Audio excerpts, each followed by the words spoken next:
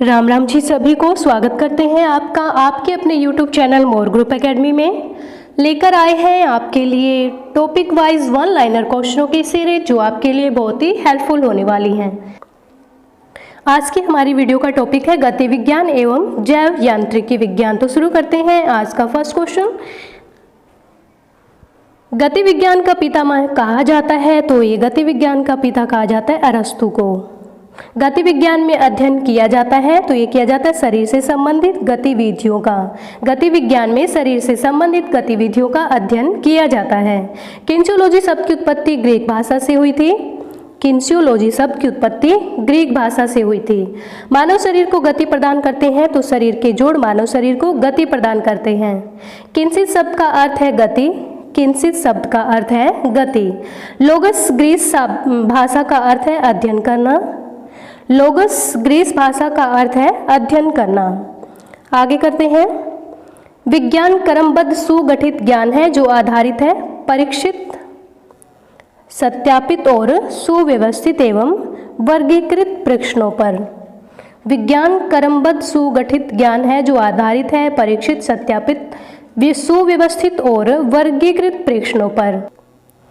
वैज्ञानिक किसे मिलाकर नए विज्ञान गति विज्ञान का निर्माण करते हैं, तो इसका सही आंसर है शरीर रचना विज्ञान और शरीर क्रिया विज्ञान। गति विज्ञान दो ग्रीक शब्द से मिलकर बना है, तो ये मिला है किन्सिस और लोगस से मिलकर। अरस्तु ने गति अध्ययन के संबंध में पुस्तकों की रचना की, तो ये की थी parts of animal, movement of animal एवं प्रोग्रेशन ऑफ एनिमल। अरस्तु ने इन तीन पुस्तकों की रचना की थी। आगे चलते। गति विज्ञान को विकसित करने में भूमिका निभाई अरस्तु ने। गति विज्ञान को विकसित करने में भूमिका निभाई अरस्तु ने। आगे करते हैं। विज्ञान क्रमबद्ध एवं सुसंगठित ज्ञान है, यह कथन सत्य है। मानव शरीर में मूलभूत संधियों की गतिविधियां हैं फ्लेक्शन, एक्सटेंशन और रोटेशन। मानव शरीर की मूलभूत संधियों की गतिविधियां फ्लेक्शन, एक्सटेंशन और रोटेशन। मांसपेशियों की गति की ज्यामिति व्याख्या एवं रचना का श्रेय दिया जाता है अरस्तु को। मांसपेशियों की गति की ज्यामिति व्याख्या एवं रचना का श्रेय अरस्तु को दिया जाता है। किन्सियोलॉजी में अध्ययन का क्षेत्र है एनाटॉमी एवं फिजियोलॉजी। आगे चलते हैं। मांसपेशियों में ज्यामिति व्याख्या करने का सर्वप्रथम श्रेय अरस्तु को दिया जाता है। गति विज्ञान में मानवीय निष्पादन से संबंधित गतियों का अध्ययन है, यह कथन सत्य है। यह कथन सत्य है कि गति विज्ञान में मानवीय निष्पादन से संबंधित गतियों का अध्ययन है। किस विद्वान ने चलने की क्रिया का विश्लेषण और विवेचन किया, तो ये किया था अरस्तु ने। प्रोग्रेशन ऑफ एनिमल्स नामक पुस्तक के लेखक हैं अरस्तु। पार्ट्स ऑफ एनिमल नामक पुस्तक के लेखक भी अरस्तु हैं। मूवमेंट्स ऑफ एनिमल भी पुस्तक अरस्तु ने लिखी। सर आइजैक न्यूटन ने नियम प्रतिपादित किए गति के 3 नियम। सर आइजैक न्यूटन ने गति के 3 नियम प्रतिपादित किए। चलने की क्रिया में अरस्तु द्वारा गतियों का उल्लेख किया गया, घूर्णीय गति और स्थानांतरीय गति। गति विज्ञान को कहा जाता है, तो ये कहा जाता है बल विज्ञान, पेशीय विज्ञान और संचालन विज्ञान। आगे चलते हैं। गति का अध्ययन किया जाता है, तो इसका सही आंसर है शुद्ध गतिकी एवं बल गतिकी में। वस्तु में दोनों एक साथ हो सकती हैं, सरल रेखीय गति और घूर्णन गति दोनों एक साथ हो सकती हैं, सरल रेखीय गति और घूर्णन गति। गति एवं विराम सापेक्षिक शब्द हैं, यह कथन सत्य है कि गति और विराम सापेक्षिक शब्द हैं। आगे चलते हैं। मानव शरीर एक जटिल रचना नहीं है, यह कथन असत्य है।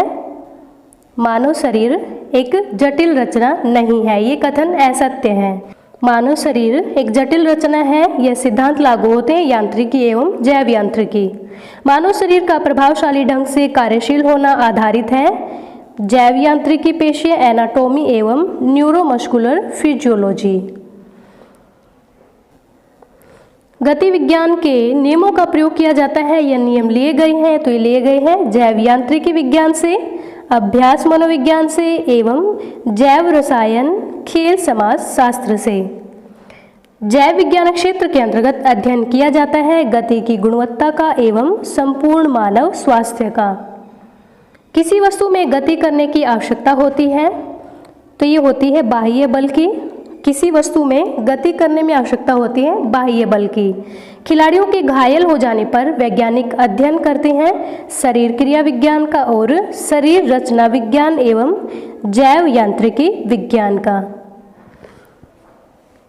खिलाड़ियों के घायल हो जाने पर वैज्ञानिक अध्ययन करते हैं शरीर क्रिया विज्ञान का, शरीर रचना विज्ञान का एवं जैव यांत्रिकी विज्ञान का।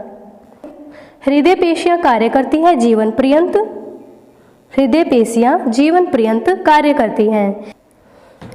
जैव यांत्रिक विज्ञान में अध्ययन किया जाता है तो अध्ययन किया जाता है जीवित प्राणियों द्वारा लगाए गए बल का व गुरुत्व केंद्र बल का। दिशा व परिमाण होने के कारण बल एक सदिश राशि है। शारीरिक शिक्षा एवं खेलकूद की गतिविधियों में खिलाड़ी गति उत्पन्न करते हैं मांसपेशीय बल से। आगे करते हैं, अरस्तु ने अपनी किस पुस्तक में पशुओं के शरीर को यांत्रिकी व्यवस्था माना है? तो ये माना है मूवमेंट्स ऑफ एनिमल्स पुस्तक में। खेलों में संतुलन बनाए रखने में सहायता मिलती है गुरुत्व केंद्र से। किन्सियोलॉजी की अंग्रेजी में स्पेलिंग क्या है? तो KINESIOLOGY।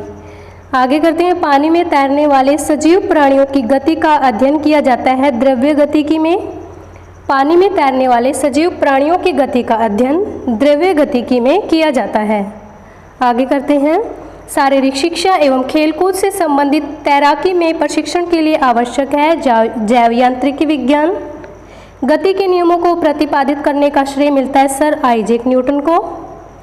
सर आइजैक न्यूटन द्वारा गति के कितने नियमों को प्रतिपादित किया है? तो ये 3 नियमों को प्रतिपादित किया है। न्यूटन के प्रथम नियम को जाना जाता है जड़त्व के नियम से जाना जाता है। जैव यांत्रिकी विज्ञान में हमें एक बल ज्ञान मिलता है किसका? बलाघूर्ण का, गुरुत्व केंद्र का, संतुलन व ऊर्जा सामर्थ्य, कार्यगति आदि का। खेल प्रशिक्षक खिलाड़ियों को परिचित करवाता है काइनेटिक्स और काइनेमेटिक्स से। गति के प्रकार हैं तो गति के प्रकार है रेखीय गति, अनियमित गति तथा दोलनीय और वृत्तीय गति। ये सभी गति के प्रकार हैं। न्यूटन के गति के तीसरे नियम को क्या कहा जाता है? तो क्रिया अभिक्रिया का नियम न्यूटन का तीसरा नियम है। किसी गतिमान वस्तु को रोका जा सकता है गुरुत्व के प्रभाव से और हवा के प्रतिरोध से। नेक्स्ट क्वेश्चन है, फ्लेक्शन का क्या अर्थ है? तो फ्लेक्शन का अर्थ है 2 हड्डियों के बीच का कोण कम होना। 2 हड्डियों के बीच का कोण कम होना फ्लेक्शन कहलाता है। एक्सटेंशन का क्या अर्थ है? तो एक्सटेंशन का अर्थ है 2 हड्डियों के बीच का कोण बढ़ जाना व शरीर के अंग का एनाटॉमिक पोजीशन में वापस आ जाना। नेक्स्ट क्वेश्चन है, अडक्शन का क्या अर्थ है? तो अडक्शन का अर्थ है शरीर का कोई अंग अडक्शन मूवमेंट के बाद शरीर के पास आना या एनाटॉमिक पोजीशन में आना अडक्शन कहलाता है। नेक्स्ट क्वेश्चन है, अगर किसी मूवमेंट में हाइपर लगा हो तो उसे अधिक दूर जाना कहते हैं। तो ये वाक्य सही है। अगर मूवमेंट में कोई हाइपर लगा हो तो उसे अधिक दूर जाना कहते हैं। नेक्स्ट क्वेश्चन है, एलिवेशन का अर्थ शरीर के अंग को हृदय की ऊंचाई से ऊपर उठाना है। तो ये वाक्य सही है। एलिवेशन का अर्थ है शरीर के अंग को हृदय की ऊंचाई से ऊपर उठाना। आगे करते हैं, प्रोनेशन का अर्थ शरीर के किसी भाग को लिटाकर उसके ऊपर के भाग को नीचे की ओर लेके जाना। जैसे पेट के बल लेटना होता है और जमीन और हथेली जमीन सतह की ओर होती है। तो ये वाक्य सही है। सपिनेशन का अर्थ है शरीर के किसी भाग को लिटाकर उसके ऊपर के भाग को ऊपर की ओर लेके जाना। जैसे कि पीठ के बल लेटना और हथेली का आसमान की ओर होना सपिनेशन कहलाता है। तो ये वाक्य सही है। आगे चलते हैं, किसी कार्य के वक्त मुख्य रूप से संकुचित होने वाली मांसपेशी को किस नाम से जाना जाता है? तो इसका नाम है प्राइम मूवर। नेक्स्ट क्वेश्चन, मांसपेशी के किसी कार्य के दौरान उस संकुचन को क्या कहते हैं जिसमें मांसपेशी न घटती है न बढ़ती है बल्कि तनाव बना रहता है? तो उसका नाम है आइसोमेट्रिक शक्ति। उसको क्या कहते हैं, आइसोमेट्रिक शक्ति, जिसमें मांसपेशियां न घटती है न बढ़ती है बल्कि तनाव बना रहता है, तो उस शक्ति का नाम है आइसोमेट्रिक। नेक्स्ट क्वेश्चन करते हैं, किनेसियोलॉजी का तात्पर्य किस विज्ञान से है, तो ये है गति विज्ञान से। नेक्स्ट क्वेश्चन करते हैं, मांसपेशी के किसी कार्य के दौरान मांसपेशी घटती है लेकिन बढ़ती नहीं, एक तनाव बना रहता है, तो उसको क्या कहते हैं, तो उसको कहते हैं आइसोटोनिक। नेक्स्ट क्वेश्चन करते हैं, जब कोई मांसपेशी संकुचित होती है तो उसकी विपरीत दिशा की मांसपेशी प्रकुंचित होती है, तो उसे किस नाम से जाना जाता है, तो उसको जाना जाता है एंटागोनिस्ट के नाम से। अबडक्शन का क्या अर्थ है, अबडक्शन का अर्थ है शरीर का कोई अंग बाहर की ओर जाना या एनाटॉमिकल पोजीशन से दूर जाना। आगे करते हैं बायोमैकेनिक्स के नियम। न्यूटन के पहले नियम को क्या कहते हैं, तो न्यूटन के पहले नियम को कहा जाता है जड़त्व का नियम। न्यूटन के दूसरे नियम को किस नाम से जाना जाता है, तो ये है त्वरण का नियम। न्यूटन के तीसरे नियम को क्या कहा जाता है, तो न्यूटन के तीसरे नियम को घूर्णन का नियम कहा जाता है। आगे करते हैं, हैमर थ्रो में हैमर घुमाते समय कौन सा फोर्स लगता है। हैमर थ्रो में हैमर घुमाते समय अभिकेंद्रीय बल लगता है। हैमर थ्रो में हैमर को छोड़ते वक्त कौन सा फोर्स लगता है, तो इसका नाम है अपकेंद्रीय बल। हैमर थ्रो में हैमर को छोड़ते वक्त अपकेंद्रीय बल लगता है। नेक्स्ट क्वेश्चन करते हैं, सेंट्रीफ्यूगल तथा सेंट्रीफ्यूगल फोर्स न्यूटन के कौन से नियम में आते हैं, तो ये आते हैं तीसरे नियम में। सेंट्रीपिटल और सेंट्रीफ्यूगल फोर्स न्यूटन के तीसरे नियम में आते हैं। सेंट्रीपिटल तथा सेंट्रीफ्यूगल फोर्स में आपस में क्या संबंध है, तो ये दोनों बराबर रहते हैं। जड़त्व के अध्ययन से क्या तात्पर्य है, तो इसका अर्थ है किसी भी चीज़ का आराम व गति का अध्ययन। इंटरनल फोर्स किसे कहते हैं, तो मांसपेशियों द्वारा लगाए गए बल को इंटरनल फोर्स कहते हैं। आंतरिक बल कहते हैं मांसपेशियों द्वारा लगाए बल को आंतरिक बल कहते हैं। आगे करते हैं, एक्सटर्नल फोर्स किसे कहते हैं, तो हवा का प्रतिरोध व गुरुत्वाकर्षण बल। नेक्स्ट क्वेश्चन करते हैं, खिलाड़ी जब किसी बॉल को कैच लेता है, बॉल का हाथों में संपर्क आने के बाद वो हाथों को नीचे की तरफ खींचता है, यहाँ पर न्यूटन का कौन सा नियम लगता है, तो ये लगता है पहला, दूसरा और तीसरा। न्यूटन के तीनों नियम यहाँ पर लगते हैं। आगे करते हैं, स्पीड किसे कहते हैं, तो दूरी बटे समय को। नेक्स्ट क्वेश्चन करते हैं, अगर कोई वस्तु s1 स्पीड से जाती है और s2 स्पीड से आती है तो उसकी औसत चाल क्या होगी, तो इसका सही आंसर है 2 ब्रैकेट s1 गुणा s2, s1 प्लस s2। आगे करते हैं, मांसपेशी की इकाई क्या है, तो मांसपेशी की इकाई का नाम है माइक्रोन। फोर्स की इकाई क्या है, तो फोर्स की इकाई है मीटर पर सेकंड या किलोमीटर पर हावर। एक्सीलरेशन की इकाई क्या है, तो मीटर पर सेकंड स्क्वायर। नेक्स्ट क्वेश्चन करते हैं, अभिकेंद्र बल का क्या सूत्र है, तो इसका सूत्र है mv² बटे r। वर्क की इकाई क्या है, तो इसका नाम है जूल। एनर्जी की इकाई क्या है, तो एनर्जी की इकाई जूल है। पावर की इकाई क्या है, तो पावर की इकाई का नाम है वाट। फोर्स के बराबर क्या होता है, तो फोर्स के बराबर होता है द्रव्यमान गुणा त्वरण। मोमेंटम के बराबर क्या होता है, तो ये होता है किलोग्राम मीटर पर सेकंड। नेक्स्ट क्वेश्चन करते हैं,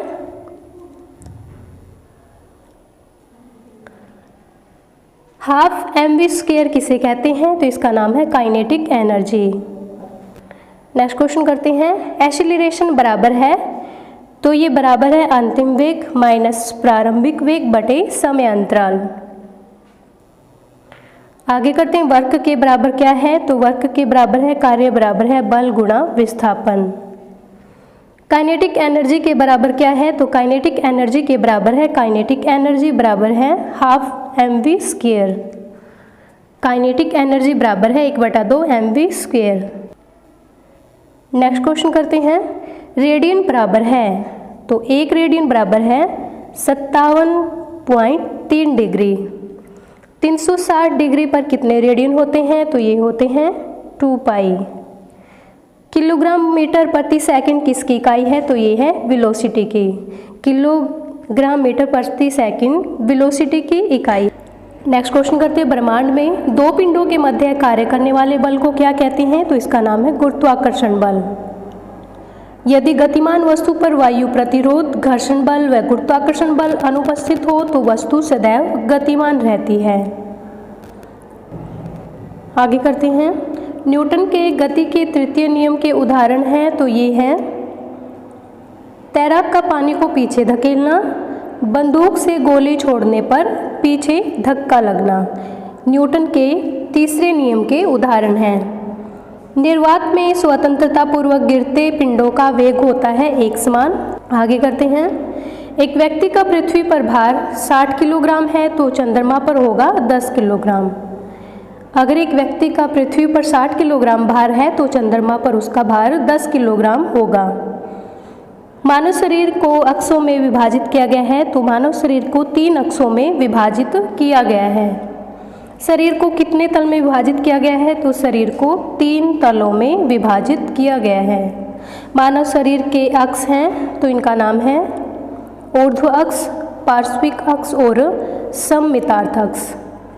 मानव शरीर के तल हैं तो मानव शरीर के तल सममितार्थ तल, पार्श्विक तल और अनुप्रस्थ तल। नेक्स्ट क्वेश्चन करते हैं, कोई वस्तु ऊपर की ओर फेंकने पर पृथ्वी पर वापस आ जाती है तो ये आती है गुरुत्वाकर्षण बल के कारण। कोई वस्तु अगर ऊपर की तरफ फेंकी जाए तो वो गुरुत्वाकर्षण बल के कारण पृथ्वी पर वापस आ जाती है। आगे करते हैं, महान वैज्ञानिक गैलीलियो प्रसिद्ध है। तो ये प्रसिद्ध है जड़त्व के नियम के कारण। महान वैज्ञानिक गैलीलियो जड़त्व के नियम के कारण प्रसिद्ध है। जिस स्थान पर तीनों तल मिलते हैं उस स्थान को कहा जाता है तो उसका नाम है कार्डिनल पॉइंट। कार्डिनल पॉइंट को शरीर का गुरुत्व मध्य बिंदु कहते हैं। गुरुत्व मध्य बिंदु कहते हैं कार्डिनल पॉइंट को शरीर का। नेक्स्ट क्वेश्चन, मानव शरीर क्रिया आरंभ करने से पूर्व की स्थितियां हैं मूलभूत प्रारंभिक अवस्था तथा शरीर रचनात्मक प्रारंभिक अवस्था। नेक्स्ट क्वेश्चन करते हैं, एक ही आकार के लोहे के गोले और फुटबॉल में जड़त्व अधिक है। तो ये है लोहे के गोले का जड़त्व अधिक है। स्त्री और पुरुषों में गुरुत्व केंद्र बिंदु होता है असमान। नेक्स्ट क्वेश्चन, स्त्री के शरीर में पुरुषों की अपेक्षा गुरुत्व होता है नीचे। गुरुत्वाकर्षण बल के कारण सूर्य के चारों ओर अपनी कक्षाओं में घूमने वाले आकाशीय पिंड हैं। तो इनका नाम है पृथ्वी, मंगल और बृहस्पति। गुरुत्वीय त्वरण जी का मान पृथ्वी के ऊपर जाने पर कम हो जाता है। गुरुत्वीय त्वरण जी का मान भूमध्य रेखा पर सबसे कम होता है। नेक्स्ट क्वेश्चन करते हैं, मानव गति विज्ञान की परिसीमाएं हैं यांत्रिकी परिसीमाएं, दैहिक परिसीमाएं और मनोवैज्ञानिक परिसीमाएं। आगे करते हैं, गति विज्ञान लाभदायक है तो शारीरिक शिक्षा में, खेल कूद में और शारीरिक उपचार में। दैनिक जीवन के कार्य में जिसमें गति विज्ञान सहायक है वो है उठना बैठना, चढ़ना उतरना और कूदना। आगे करते हैं, सर आइजैक न्यूटन ने किस वर्ष गति के नियमों को प्रतिपादित किया? कि ये किया था 1967 में। आगे करते हैं, सर आइजैक न्यूटन ने किस वर्ष गति के नियमों को प्रतिपादित किया? तो ये 1697। मानव शरीर में जोड़ों से संबंधित गतिविधियों के नाम हैं प्रोनेशन, सुपाइनेशन, इन्वर्शन और ईवर्शन। सभी मानव शरीर में जोड़ों से संबंधित गतिविधियों के नाम हैं। मानव शरीर में पाई जाने वाली मूलभूत संधियों की गतिविधियां हैं। तो इनका नाम है फ्लेक्शन, एक्सटेंशन, अबडक्शन, एडक्शन तथा रोटेशन और सर्कमडक्शन। खेलों में क्रिकेट, डिस्कस थ्रो, भाला फेंक इत्यादि के उपयोग के समय शरीर से संबंधित उपयुक्त गति होना अनिवार्य होता है। गति विज्ञान का केंद्र बिंदु माना जाता है तो ये माना जाता है मानव जैव यांत्रिकी विज्ञान को। गति के अध्ययन के साथ साथ गति उत्पन्न होने का अध्ययन किया जाता है बल गतिकी में। मानव शरीर में मांसपेशियां पाई जाती हैं तो मानव शरीर में 2 तरह की मांसपेशियां पाई जाती हैं, ऐच्छिक और अनैच्छिक। शरीर की गति का अध्ययन करने वाला विज्ञान का नाम है गति विज्ञान। शरीर की गति का अध्ययन करने वाले विज्ञान का नाम है गति विज्ञान। आगे करते हैं, शरीर रचना के विभिन्न अंगों के कार्य करने, खेलों में प्रभावी गति बनाए रखने में एवं खिलाड़ियों के निष्पादन की गुणवत्ता बढ़ाने में किसका महत्व है? तो ये महत्व है शारीरिक शिक्षा का व खेलों में गति विज्ञान का। आगे करते, खेल चिकित्सा शास्त्र परिस्थितिकी एवं उद्वकाशवादी जीव विज्ञान के अध्ययन में उपयोगिता है खिलाड़ियों को गति विज्ञान की। आगे करते हैं, बल का मात्रक है, तो बल का मात्रक है न्यूटन। सीजीएस पद्धति में बल का मात्रक है डाइन। सीजीएस की फुल फॉर्म क्या है? Centimetre gram second. Centimetre gram second. MKS का पूरा नाम क्या है? एमकेएस का पूरा नाम है मीटर किलोग्राम सेकंड। ईपीएस का पूरा नाम क्या है? ईपीएस का पूरा नाम है फुट पाउंड और second. Foot pound second. MKS पद्धति में बल का मात्रक है किलोग्राम मीटर प्रति सेकंड। ईपीएस में बल का मात्रक है पाउंडल। दाब का मात्रक है पास्कल एवं न्यूटन पर मीटर स्क्वेयर। कार रेसिंग की गाड़ियों के ब्रेक में किस सिद्धांत के अनुरूप तरल पदार्थ का प्रयोग किया जाता है? तो इसका नाम है बर्नौली की प्रमेय। वस्तु का नियम से चलते रहना एवं वस्तु विराम अवस्था में है का अर्थ है, तो इसका अर्थ है त्वरण शून्य होने का। न्यूटन के किस नियम को संवेग का नियम भी कहा जाता है? तो न्यूटन के द्वितीय नियम को संवेग का नियम भी कहते हैं। स्थायी संतुलन, अस्थायी संतुलन, उदासीन संतुलन किसके प्रकार हैं? तो ये संतुलन के प्रकार हैं। आगे करते हैं, वस्तु का गुरुत्व केंद्र अधिक से अधिक नीचा होना एवं वस्तु के केंद्र से गुजरने वाली ऊर्ध्वाधर रेखा वस्तु के आधार से होकर गुजरनी चाहिए। ये किसकी शर्तें हैं? तो ये शर्तें हैं जैव यांत्रिकी विज्ञान में स्थायी संतुलन की। रस्साकसी एवं सड़क पर कार चलाना उदाहरण है असंतुलन बल का। रस्साकसी एवं सड़क पर कार चलाने का उदाहरण है असंतुलित बल का। किसी भी शारीरिक शिक्षा एवं खेलकूद के प्रशिक्षण के लिए क्या आवश्यक है? तो ये आवश्यक है जैव यांत्रिकी विज्ञान का अध्ययन। किसी वस्तु पर लगा गुरुत्व बल किस दिशा में कार्य करता है? तो ये करता पृथ्वी के केंद्र की ओर। आगे चलते हैं, चक्रीय गति किस जोड़ से संबंधित है? तो ये कंधे एवं कुल्ले से संबंधित है। हाथ को शरीर से दूर ले जाने को क्या कहते हैं? तो इसको एबडक्शन कहते हैं। हाथ को शरीर से दूर ले जाना एबडक्शन कहलाता है। आज के लिए इतना ही, मिलते हैं नेक्स्ट वीडियो में। तब तक के लिए आप सभी को मेरा राम राम।